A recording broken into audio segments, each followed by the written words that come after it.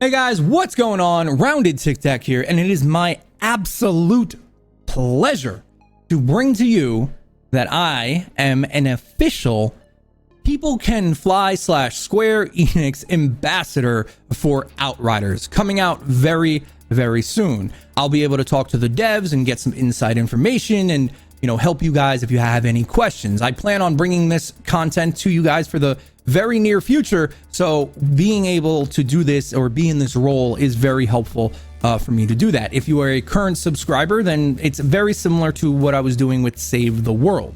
But what is Outriders? Well, Outriders originally was scheduled for a 2020 release, but it's been pushed back to February 2nd, 2021. No big deal there with COVID and everything. You expect things like that to happen. However, with all that extra time, things are shaping up to be very, very exciting.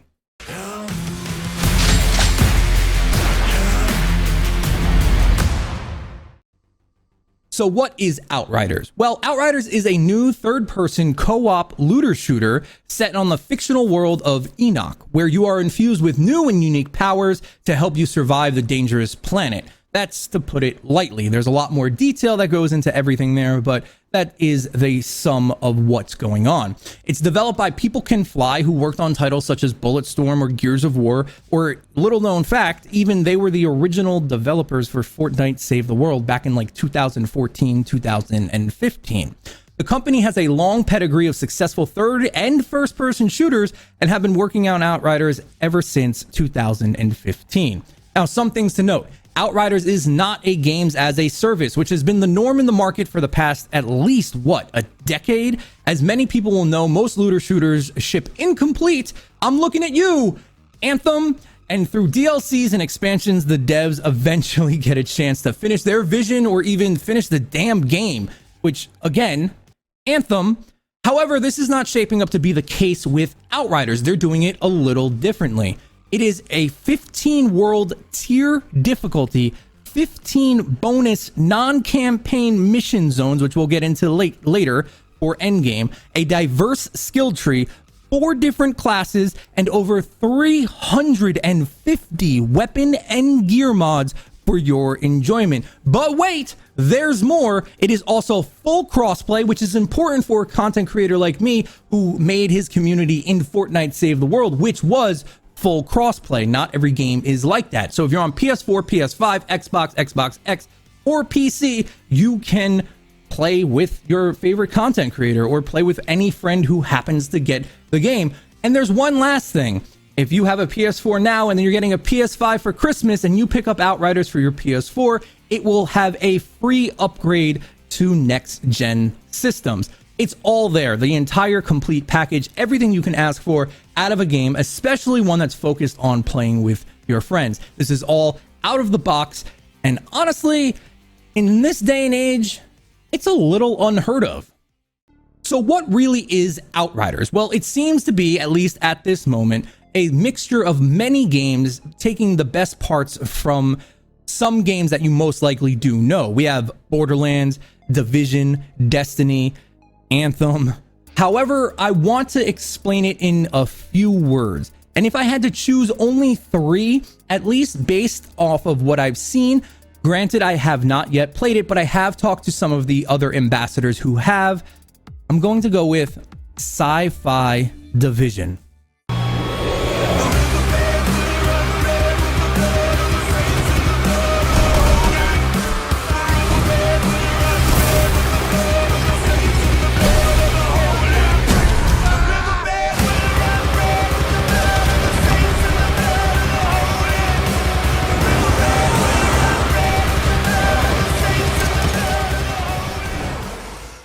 Now, Outriders touts a very large emphasis on customization. They want that endgame to be interesting. They want that endgame loop to grab you and not let go. And the best place to start your journey here will be with the 4 classes that you'll able to choose from. As with most games of this genre, they all have some sort of character-specific gear, weapons, abilities, and roles within the party. Outriders seems to be following in suit, which is normal and something I appreciate. Here's a super quick breakdown because I'm not going to get into every class here. Those videos are coming later, I promise you. But this is just a super quick breakdown of what the classes can do, and maybe you can get a kind of an idea of which one you may want to play. Like I said, I plan on breaking them down further in later videos. But to start us off, we have the Pyromancer, most likely the class that I'm going to play first. But let's be completely honest here, I'm going to max all 4 of them because I am very excited about this game. And I hope you guys are too after this video. But what does the Pyromancer do? The Pyromancer is your AoE and crowd control character class, providing debuffs for your enemies such as Ash, or they can freeze enemies in Ash. They have Ember and they burn their targets and they do damage over time. Anything that you could think of a Pyromancer to be doing, they got you covered. The next one we're going to talk about is the Technomancer. This is an interesting one because it's either your raw glass cannon build where you can summon rocket launchers, turrets, grenades, miniguns, or it's the only class in the game that can be really called a support class. And we'll get into healing in just a second here, but you can spec into more healing and keep your team alive while providing basically sniper and tactical support. The next class we have is the Trickster. Time manipulation is the name of the game, and being able to teleport to create time bubbles to slow down your enemies and their projectiles, and allows you to get behind them quickly or to get out of trouble. If that's the kind of class you like, where you get in, get out real quick and sneaky like, the Trickster is for you. And then we have the Devastator, the big chunky earth armor and spike edgelord of Enoch. You take reduced damage with his armor. He creates ground spikes that can impale his enemies and even summon little kind of like black holes to get all of your enemies stuck in one spot. If you've ever played Nidus on Warframe, think of that ability. This is just a very quick overview, like I said, of the characters that we can choose from and what they each excel at. But as you can see, there should be something for all playstyles within the looter shooter genre. Whether you want to be a Pyromancer with large crowd control effects or support Technomancer, keeping your team topped off and in the fight, there should be a little of everything for everyone. Something else to mention in this game that I thought was really interesting is that there are no health kits, no med packs, no bandages or potions of any kind. This is very unique. I've never seen it before. In Outriders, you heal by doing damage. Now, every character does it differently. Such as one needs to only do melee damage to get health back, or one needs to do damage to targets that are debuffed, a la the Pyromancer. All of this is more important than it sounds, because since you don't have any downtime where you need to eat a potion or take a med kit, you're just constantly going. It goes 0 to 100 and then stays at 100 the entire game. No damage equals no healing. If you're one shot, your team needs to help you set up. There is a big emphasis on co-op play here, and that is a very big draw for me. Being able to just keep going as you're fighting and healing simultaneously, I thought was pretty unique. As I said, Outriders seems to be focusing on customization of your characters, with over 350 different weapon gear mods and weapon mods to tweak your gameplay to exactly how you want it. Want to be a Pyromancer who ignites his enemies while also freezing them simultaneously? Done. You can do it. How about we add every time something is frozen, they get struck by lightning, so now you have 3 debuffs on your character. Done again. The amount of builds and ideas and customization, at least at this point, honestly, it seems near limitless. Crafting and upgrading your weapon is something else you can do. There is crafting in this game. You can see here your weapons have 2 mods. You can actually re-roll one of them if it's not to your liking or doesn't fit into the build that you're trying to work towards. You can find an amazing gun at level 12 and you're level 15 now, so you can level it up. Or once you find a better gun than even that, you can just disassemble it and get the crafting components. All of this customization ties into what seems to be a very deep and unique skill tree for each class. And it seems that People Can Fly really want a lot of synergy to go on with your abilities and your class style.